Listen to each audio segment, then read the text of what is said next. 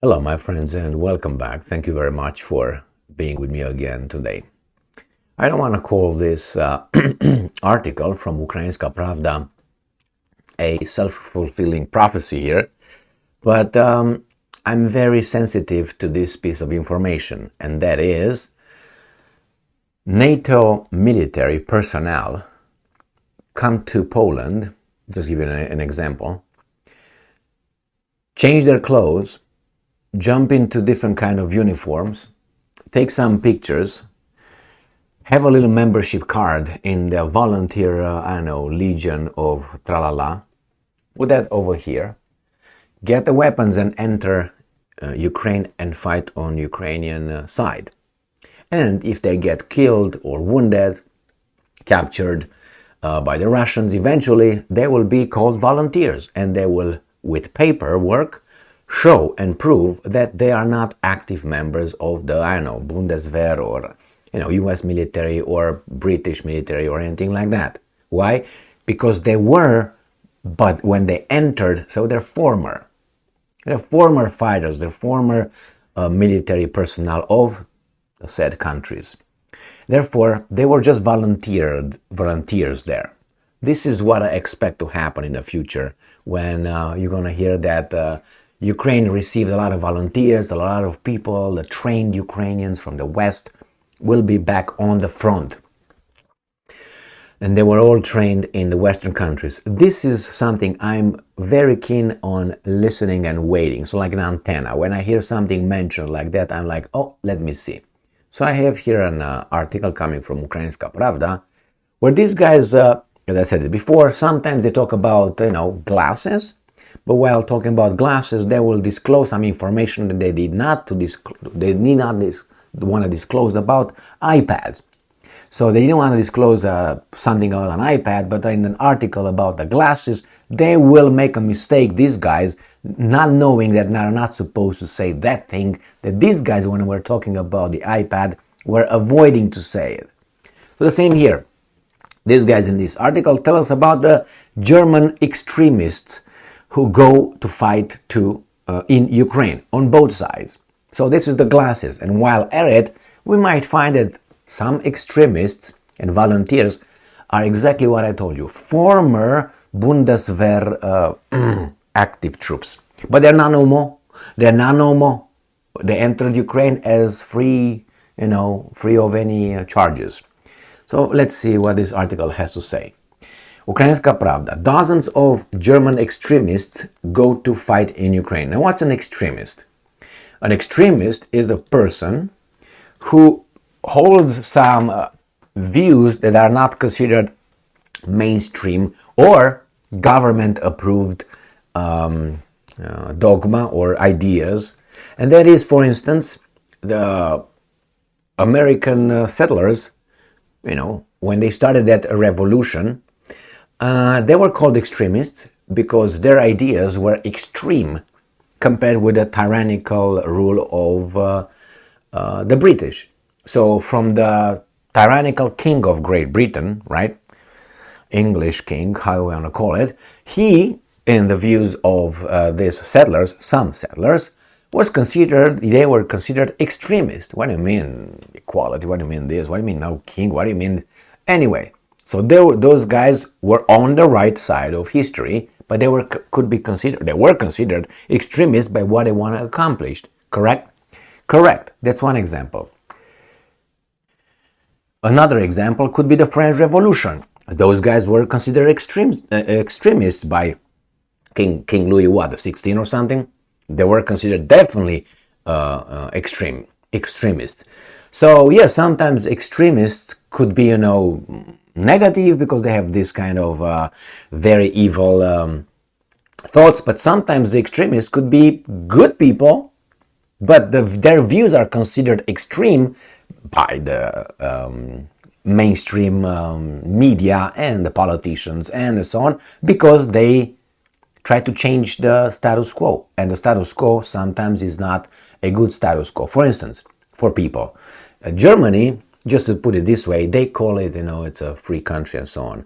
Well, not as long as you're not supposed to have free speech, and they don't have free speech Just go over there and say a few things and you get yourself in prison for up to 5 years for mentioning that I have some questions regarding, this historical event. People familiar with the issue know exactly what I'm talking about. Well, and that's not only it. So those guys are extremists. I'm guessing they try to pinpoint. So not extremists like I mentioned with the French Revolution or with the American Revolution. No. Those guys. So you're gonna see, because what the government labels as extremists, that's their prerogative. They can do whatever they want. They say, okay, you are an extremist. Maybe, yeah, but maybe that extremist is a good extremist, or maybe that extremist is a bad extremist. They don't bother. Anything that rocks the boat of the current perfect status quo in Germany is an extremist. So let's go and see, because that's not the point here. The point here is my little, I told you, self-fulfilling prophecy thing. I'm just kidding with that one. Dozens of German extremists go to fight in Ukraine. This is from Saturday, 29 July 2023. The German Foreign Ministry has reported that dozens of Germans have left to fight in the war in Ukraine since February 2022. Welt am Sonntag, World on Sunday, with reference to the German Foreign Ministry, as reported by European Pravda. In total, German security authorities recorded 61 persons who have connections with extremism or political motivated crimes leaving the country. Okay, they can label you however they want. Like here in the United States of America, you participated in that not stupidity, however you want to call it, riot or protest and January 6th, they can call you this and that. They can label you however they want. The same with these guys. They can label you, and the mass media will not obey. They will follow because they're part of the whole thing, the whole club. A total of 39 people are reported to have left Germany intending to participate in hostilities, including 27 pro-Russian and 12 pro-Ukrainian soldiers. The authorities have information confirming that the vast majority of these extremists took part in hostilities. According to the Ministry of Internal Affairs, this number includes both right-wing and left-wing extremists. So you see, all right, anything that they don't agree with us is an extremist. The actual number of German volunteers fighting in Ukraine is greater. No shit. German authorities, however, only collect information on individuals associated with extremism, not on everybody in German. So yeah, just continue to be an ignorant.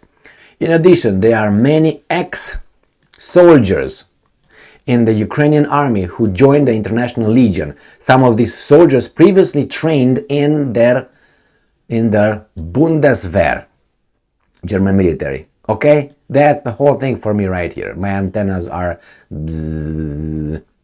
So the spokesperson, obviously spokesperson of the German Federal Ministry of Justice, said that in general participation in hostilities in Ukraine is not punished by law, end quote, as long as you fight on the right side.